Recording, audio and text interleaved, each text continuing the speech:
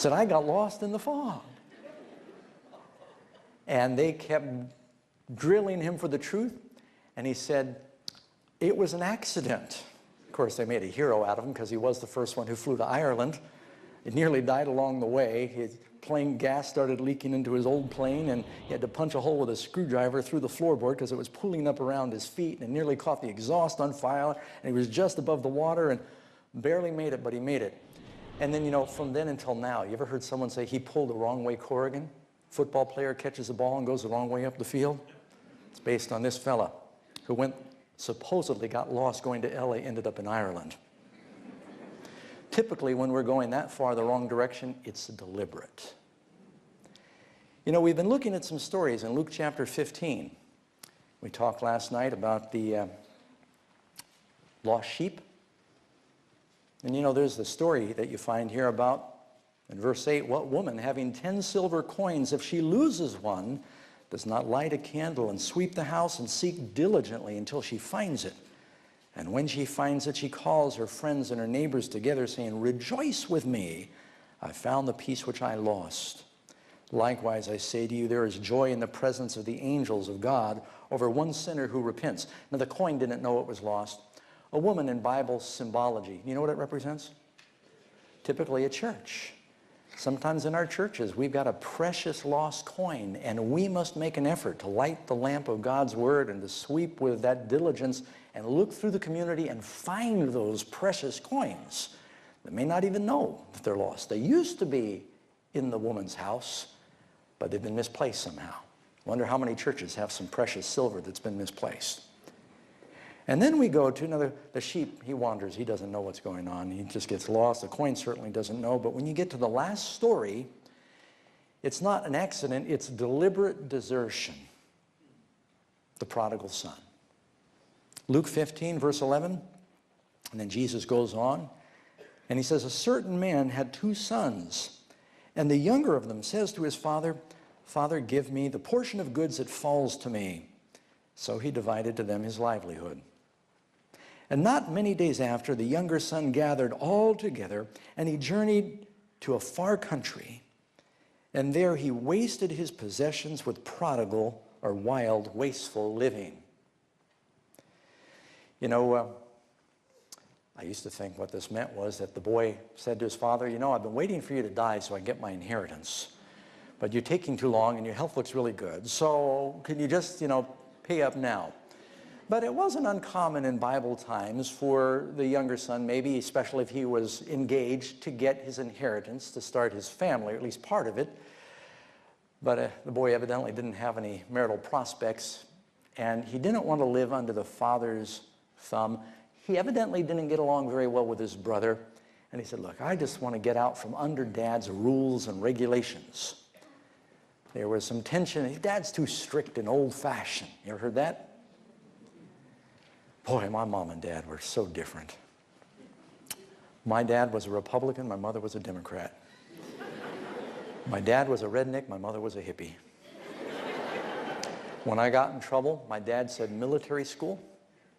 And my mother said he needs a free school where he can explore and find himself. And so, like that prodigal, I ran away from home several times. And the last time, once I ran away living with Mom. 3 times I was arrested as a runaway. Started when I was 13. Last time I was 15. And I wanted to get away from my dad's regimentation and rules and regulations so I could be free. You know what I think is really funny is when these young people tell their parents, you know, Mom, Dad, I don't know how to break this to you, but I've joined the Marines because I need more freedom. I wanted to get away from Mom and Dad's rules. So they joined the military. And so he says, divide to me the inheritance. Well, the firstborn son, he gets 2/3. The other son, he gets 1/3. And it doesn't take him very long before he liquidates whatever else he's got. And maybe he leaves a note. Maybe he says goodbye, but he leaves. And he doesn't just leave for the neighboring town where rumors might get back to his dad about what he's doing. But he goes into a far country. He wants to get as far away from the influence of home and maybe his conscience as he can. The last time I ran away from home, I was living in Miami Beach with my dad. I went to California, and the reason I stopped there is there was an ocean in the way. And I didn't have a boat. Wanted to get as far away as I could so I could be free and discover myself. Yeah, I can relate a little bit with this story.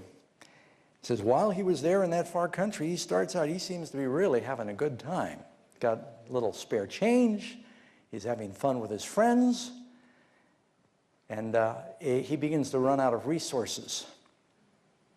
After I first ran away, I sold everything I had to my brother, took whatever other money I had. By the time I got to Roanoke, Virginia, I got together with some people playing pool and drinking and gambling, and I lost all my money. And got out there on the road with nothing. Continued hitchhiking to California. Well, God in his providence allowed a famine to come.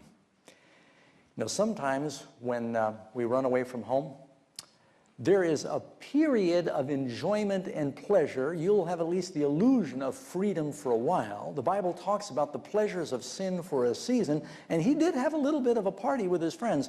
And as long as he was willing to buy the drinks, he had friends. The Bible tells us that when you've got money, you'll at least seem like you've got friends for a while. But then it was all gone. He went to swipe his card, and the cashier said, sorry, there's nothing left. I said, I don't understand. I still have checks in my book. I should still have money.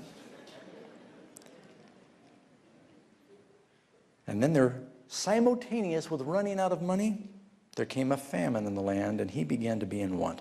Now, while that boy is in the far country, what is the father doing? His heart is yearning after his son in this far country. He is praying for his son. I wonder how he's praying. How do you pray for your kids? Lord, keep them safe, keep them well, watch over them, bless them. Sometimes you might say, Lord, bring into their lives whatever they need to be saved for eternity. Can you think of a time in the Bible when there was a prophet who not just prayed for blessing, but he prayed actually that God would send a famine? The Bible tells us in the book of James that Elijah was a man subject to like passions as you and me, and he prayed that it wouldn't rain. He prayed in order to bring the people back to God, that God would actually withdraw the rain because they were giving credit to a false god. And it took trouble for them to turn back to God. Have you read the book of Judges? It talks about whenever they were doing well, they'd forget the Lord, and then God would withdraw his protection, and there would be trouble, and they'd turn back to God. And so when you're praying for the salvation of the ones you love, don't pray God sends them trouble necessarily, but you pray he sends them whatever they need to be saved for eternity. If you're praying that God just blesses them and makes them comfortable on their way to destruction, are you really helping them? And so maybe that dad was praying and a famine came to that country.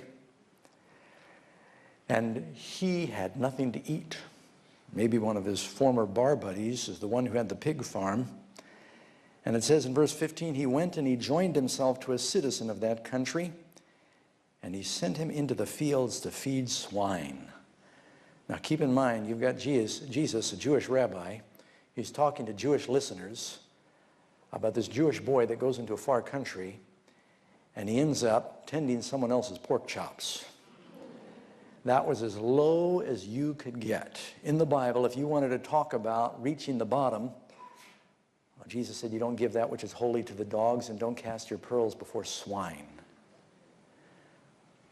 You know, it's amazing that you stay away from the Father's house very long, you can forget everything you learned and end up in the dumpster. My dad was very well off, had a nice home, mansion, butler maid. We ate with real silverware. That was really silver. And you know, I call plastic silverware now. Makes you feel better. But when I started living on the streets and hanging around with the wrong crowd, pretty soon you start imitating the people that you're hanging around with. And I was living with street people, that's what we were. And they'd sleep on the streets or wherever they could. I had one friend, his name was Little Richie. He was very short. He was just under 5 feet, I think. And he had had rickets when he was young or something. He just never grew. And at night, he would crawl into the Goodwill box and sleep. You know, people would make clothing donations, and it was a great bed, kept him warm at night, and he'd sleep there. But I remember his telling me one morning, very early, someone made a donation of pots and pans while he was in the box. And I would have liked to have seen their faces when he started shouting. What are you doing? But these are these people I was hanging out with. You know, we slept in abandoned buildings. I was living in the mountains in a cave most of the time. But some of my friends were showing me the secrets of dining in the dumpster. And when I first realized that these people were getting food out of the garbage can, I thought that was absolutely revolting. But I watched. I was intrigued from a distance. And I thought, really? You're kidding me. You get food out of a garbage can and you eat it?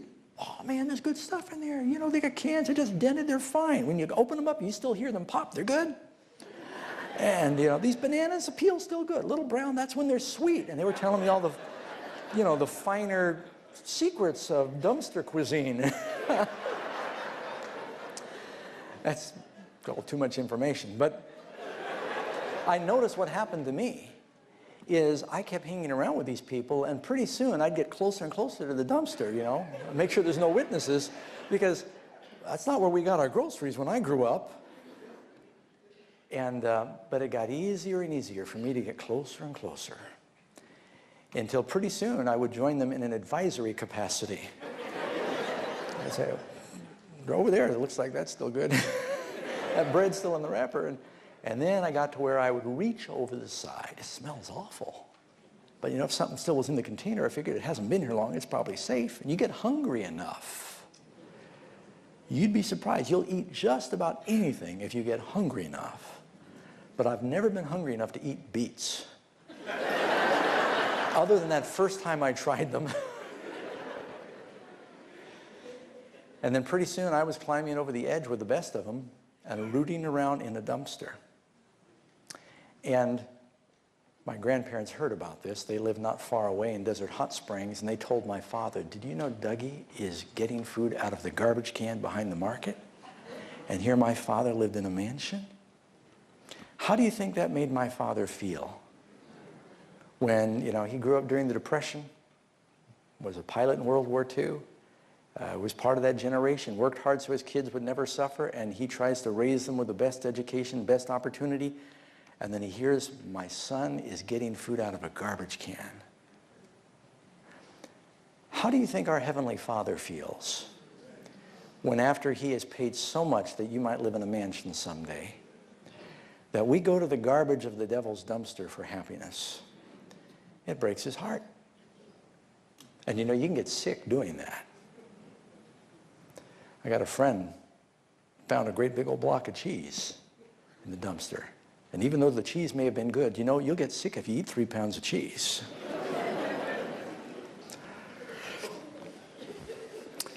So he was out there feeding the pigs. And he was so hungry that he wanted to eat the husks that the pigs were rejecting. You got to be pretty hungry at a time like that. And even though he was becoming emaciated, it says, no one gave him anything. The world cannot satisfy what you really need. The world will not be able to satisfy that real hunger. That hunger for the bread of life is only going to come from the Father's house. And there are people out there that are going from one thing to the next, or they're getting deeper and deeper in addictions, and they keep having to up their prescription because they're looking for some kind of peace and satisfaction. You're never going to be satisfied in this life without Jesus. And you're going to find him in church. In spite of the people that may be there with the problems, in spite of all the flaws and the wrinkles and the difficulties, the church is the object on earth upon which God bestows his supreme regard. It is the apple of his eye. It is the people for whom he died. And he wants you in that group. It is the crucible where we learn to be like Christ.